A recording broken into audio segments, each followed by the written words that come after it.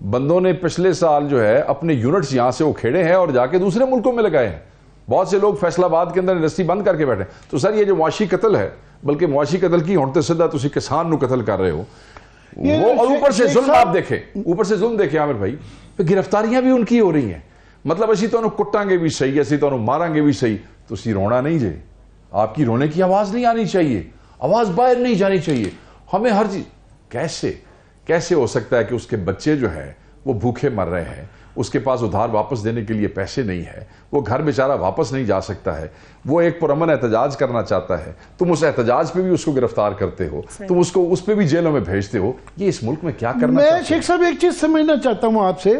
آپ سیاستدان ہیں, الیکشن لڑتے ہیں, آپ کو پتہ ہوتا ہے کہ میرے جو ووٹر ہے اس کی کیا مسئلے ہیں, اور اگر آپ ان کے مسئلے حل نہ کریں ووٹر نہیں دے گا.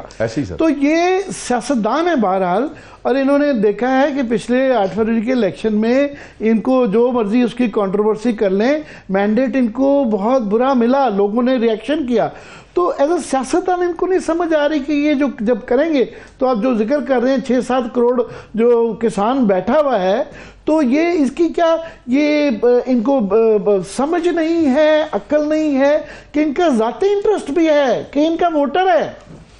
سر پہلی بات تو یہ ہے, اور جس تقریر کا آپ ذکر کر رہے تھے جو میں نے on the floor of the house کی, اس میں میرا پہلا نقطہ ہی یہی تھا کہ اس ہاؤس کے اندر 70-80% جو لوگ بیٹھے ہیں وہ خود ذمہ دار ہیں, اور اگر ذمہ دار خود نہیں ہیں تو ذمہ داروں کے ووٹوں سے بن کے اس ایوان میں پہنچے ہوئے ہیں, اور یہاں آ کے وہ پنجابی کا ایک لفظ ہے یملے بن گئے ہیں. انہیں کوئی they are posing as if they don't know and they can't see what is happening in this country.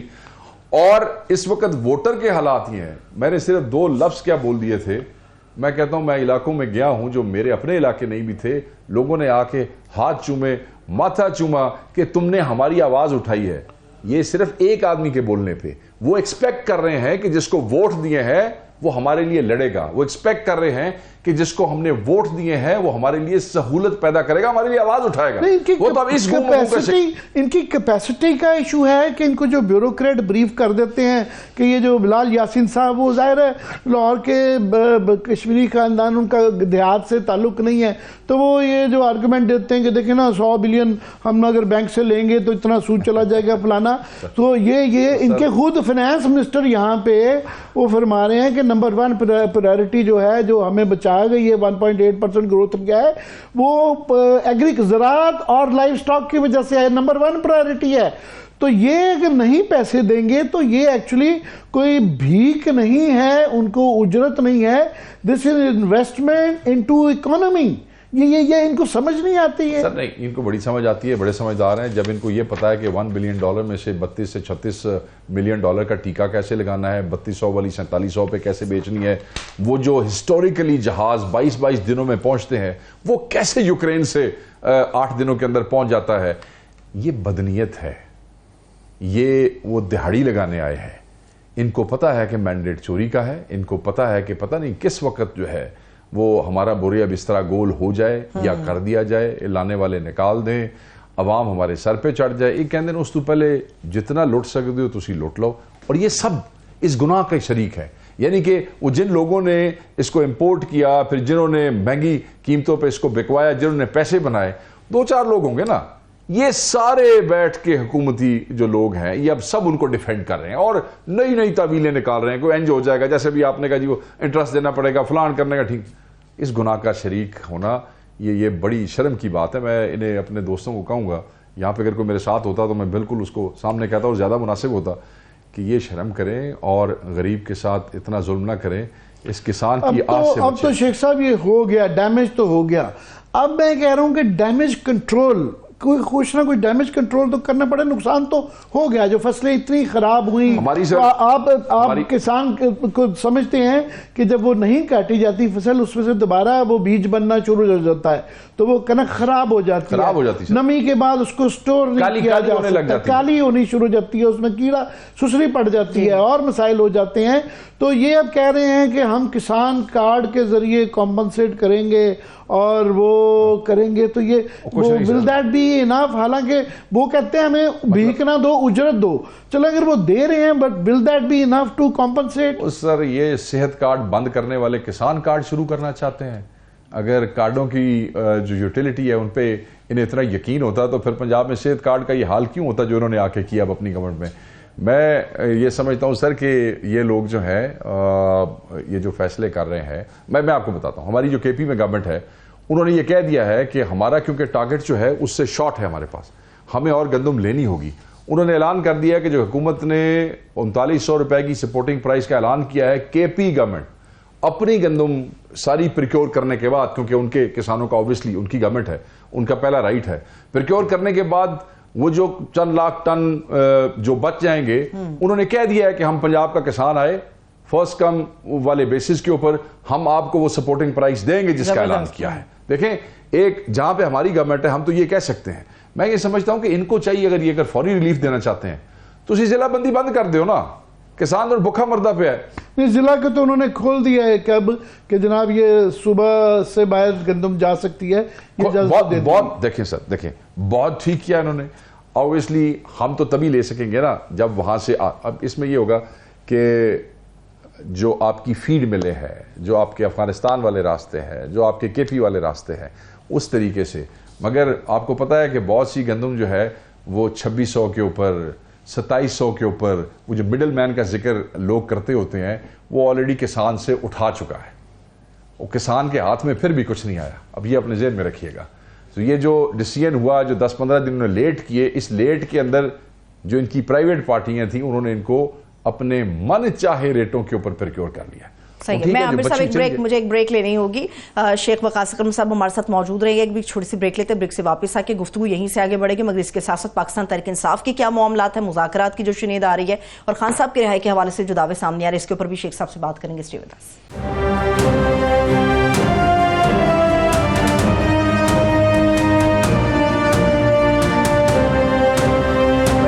پھر سے خوش آمدید کہیں گے تمام دیکھنے والوں کو. شیخ وقاص اکرم صاحب ہمارے ساتھ موجود ہیں. عامر صاحب گندم کے حوالے سے ہم نے بات کی اور مزید بات کرتے رہیں گے. اب ذرا سیاست کے اوپر بات کر لیتے ہیں. پاکستان تحریک انصاف کیا کرنے جا رہی ہے؟ کنفیوژن ابھی بھی برقرار ہے بہت سارے معاملات کے اوپر. جی ایک معاملہ تو میں پشاور سے ہی شیخ صاحب آپ آ رہے ہیں تو یہ پہلے تو بڑے متضاد بیانات آتے رہے کہ جی ہماری گورنر خان صاحب کنسسٹنٹلی کہتے رہے جی ہماری کسی سے بات چیت نہیں ہو رہی, اور پھر اب بتایا گیا ہے کہ جناب اسٹیبلشمنٹ سے بات چیت ہو رہی ہے اور ایک کمیٹی بھی بن رہی ہے اور گنڈا پور صاحب بھی اس کے اندر ہیں, شبلی صاحب ہیں, عمر ایوب صاحب ہیں. سو یہ کیا اس کا کیا ایجنڈا کیا ہے؟ اور سوال دوسرا یہ کہا جاتا ہے کہ ڈیل نہیں لیں گے, فلانا نہیں کہیں گے, اور ایک دوسرا ہے کہ جناب پولیٹیشینز آپس میں بیٹھ کے یہ نہیں کر پا رہے, اسٹیبلشمنٹ سے ڈائلاگ کیوں؟ سر اس پہ میں یہ سمجھتا ہوں پہلے آپ کا جو آخری نقطہ ہے میں اس سے شروع کرتا ہوں اور پھر جو آپ نے آگے بات کی ہے اس کی طرف آتے ہیں. پولیٹیشین سے بات نہیں کرتے اور اسٹیبلشمنٹ سے بات کرنا چاہتے ہیں. میری تو اس بارے میں بڑی کلیئرٹی رہی ہے پچھلے 1-2 ماہ سے. میں بڑی کلیئرٹی کے ساتھ کہتا رہا ہوں کہ بات بالکل نہیں ہوگی جب تک خان صاحب باہر نہیں آ جاتے. ہم بات نہیں کرنا چاہتے, ہم کسی سے بھی بات نہیں کرنا چاہتے جب تک ہمارا مینڈیٹ واپس نہیں کیا جاتا. ہمارے جو اسیران ہیں, عورتیں, بچے, نوجوان, جن کی تعداد 8-8.5 ہزار سے زیادہ کیسز ہیں, ان میں باہر نہیں آ جاتے, بات کسی سے نہیں ہوگی. یہ میرا موقف رہا ہے, ذاتی رہا ہے, اور اس موقف کو خان صاحب کی تائید بھی شامل رہی ہے. اب جو آپ کا سوال تھا کہ جی سیاستدانوں سے بات نہیں کرتے. سیاستدان کون سے سیاستدان؟ وہ سیاستدان جنہوں نے ہمارا مینڈیٹ چوری کیا ہے, وہ سیاستدان جن سے تنگ ہو کے یہ جو ہمیں عامر بھائی 1 کروڑ ووٹ ملا ہے نا جی عمران خان کو, میرے جیسے لوگ جو حلقوں میں بھی نہیں تھے اور پھر بھی ایم این اے بن گئے, جو سال روپوش رہے پھر بھی ایم پی اے بن گئے, ان کو ووٹ کس نے ڈالا ہے؟ کون سی عوام نے ڈالا ہے؟ اتنے جبر کے باوجود, اتنے ظلم کے باوجود, اتنی سختیوں کے باوجود یہ وہ عوام تھی جو ان دونوں مینڈیٹ چوروں سے تنگ تھی. ان مینڈیٹ چوروں سے تنگ تھے تو وہ خان کی شکل میں ان کو ایک مسیحا, ایک روشنی, ایک لیڈر نظر آیا, تو وہ ان کو چھوڑ کے خان کے پیچھے آئے, ایک امید, ایک حقیقی آزادی کے لیے. اب اوپر سے ہمارا مینڈیٹ بھی چوری کر لیا گیا. اس چوری کی بنیاد پہ کوئی وزیر اعظم بن گیا, کوئی وزیر اعلیٰ بن گیا. تو کیا آپ سمجھتے ہیں کہ ہم ان لوگوں سے بات کریں گے جن سے تنگ ہو کے ہمارا ووٹر ہمارے پاس آیا ہے, جن سے تنگ ہو کے پاکستان کی کروڑا عوام جو ہے وہ عمران خان کے ساتھ کھڑی ہوئی ہے, جن کی نفرت کے اندر ان سے لڑنے کی خاطر لوگ عمران خان کے پیچھے ہو گئے؟ سوال پیدا نہیں ہوتا. سو اس لیے ان کے ساتھ, اور خصوصاً پھر جو خان صاحب نے بھی ایک پالیسی بڑی کلیئر کر کے دی تھی کہ جو آپ کی پارٹیاں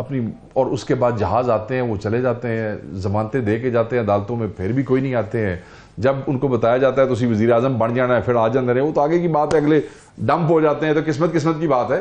مگر بات یہ ہے کہ پاکستان تحریک انصاف کا قائد, مجھے انہوں نے کہا, میں گواہ ہوں, پچھلی جمعرات کو ملا ہوں, ملاقات کے لیے گیا تھا, انہوں نے کہا کہ میں ساری زندگی یہاں رہنے کے لیے تیار ہوں, میں غلامی قبول کرنے کے لیے تیار ہوں. حلفاً بات کر رہا ہوں. بہت شکریہ شیخ وقاص اکرم صاحب آپ کے قیمتی وقت کے لیے. ابھی ہم ایک بریک کی طرف بڑھتے ہیں, جب بریک سے ہم واپس آئیں گے تو پاکستان کی اکانومی کے اوپر تفصیل سے گفتگو کریں گے. اسٹے ود اس.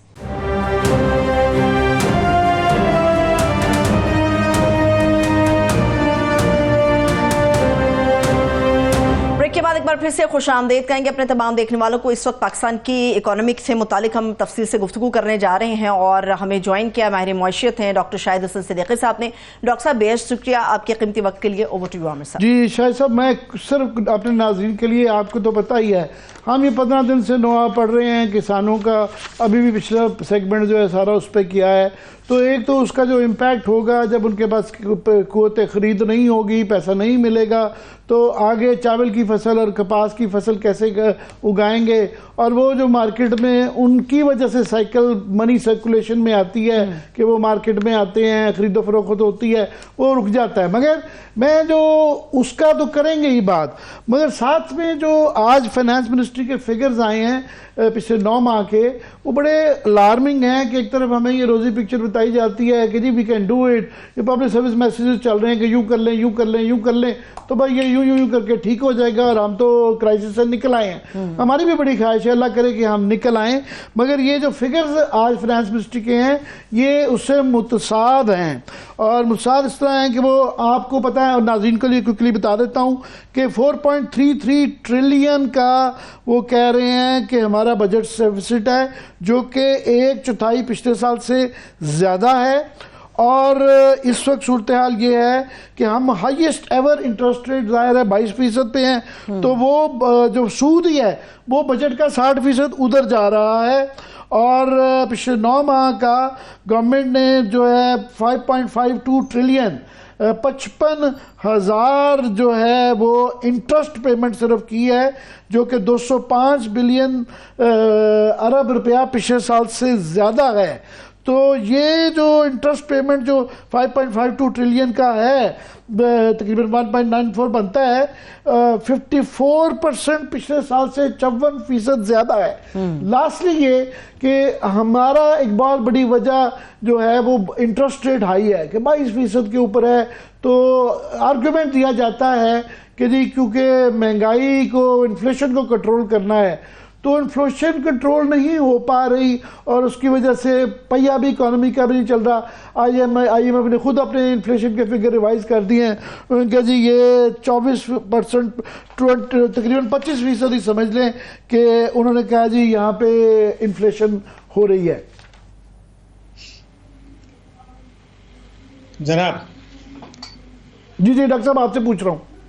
جی میں یہ عرض کر رہا تھا کہ یہ جو فگرز ہیں اور بہت سارے جو اعداد و شمار ہیں وہ اس چیز کو واضح کرتے ہیں کہ ملک میں مالیاتی کرپشن ہے, انٹلیکچول کرپشن ہے, مس مینجمنٹ ہے, اور عالمی مالیاتی اداروں کا گٹھ جوڑ ہے جو ہے پاکستان کے اداروں کے ساتھ اور پاکستان کی اشرافیہ کے ساتھ. یہ اتنا واضح ہے کہ اب اس میں کسی مزید ثبوت کی ضرورت نہیں رہ گئی.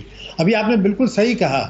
دیکھیے بات یہ ہے کہ مئی 2022 میں اگر ہم چلے جائیں تو حکومت کے مطابق اس وقت جو تھا ڈسکاؤنٹ ریٹ 12.5% تھا, اور افراط زر جو تھا وہ 13.8% تھا, یعنی معمولی سا فرق تھا. اسٹیٹ بینک نے کہا نہیں یہ افراط زر زیادہ ہے, ہمیں اسے کنٹرول کرنا ہے, تو انہوں نے ڈسکاؤنٹ ریٹ بڑھانا شروع کر دیا.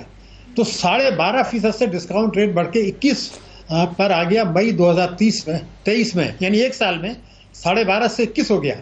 اس لیے ہوا کہ افراط زر کنٹرول کرنا ہے, اور افراط زر 13.8 سے 38% ہو گیا. کیا یہ کسی اور ثبوت کی ضرورت ہے کہ یہ مانیٹری پالیسی ناکام ہے؟ اور ابھی آئی ایم ایف کا جو بیان آیا ہے اس میں انہوں نے یہ کہا کہ جی پاکستان کی مانیٹری پالیسی درست سمت میں ہے. یہی وہ تباہی بربادی کی ہے کہ جب آپ اتنا زیادہ ڈسکاؤنٹ ریٹ لے جائیں گے, ٹیکسوں کی چوری بے تحاشا ہوگی اور شاہراہ اخراجات بے تحاشا ہوں گے. تو میں صرف 2 اعداد و شمار آپ کو خدمت میں پیش کرنا چاہتا ہوں کہ ایف بی آر کے جو ریونیوز ہیں ہمارے پاس, ایف بی آر کے ٹوٹل, اس کا 90% 90% بینکوں کو دیا جا رہا ہے سود کی شکل میں.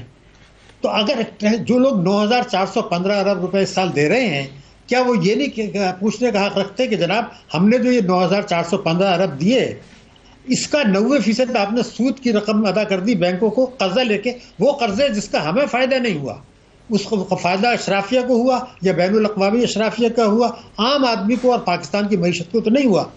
دوسرا افسوسناک پہلو جو ہے جس کا آپ نے اشارہ بالکل صحیح کیا ہے کہ جو ہمارے ٹیکس، جو ہمارے ریونیوز ہیں وفاق کے، اس میں سے آپ صوبوں کا حصہ نکال دیں، اس کے بعد جو رقم بچتی ہے اس سے تو آپ کے جو قرضوں کا سود ہے وہ زیادہ ہے اور حکومت کے پاس رقم کم ہے.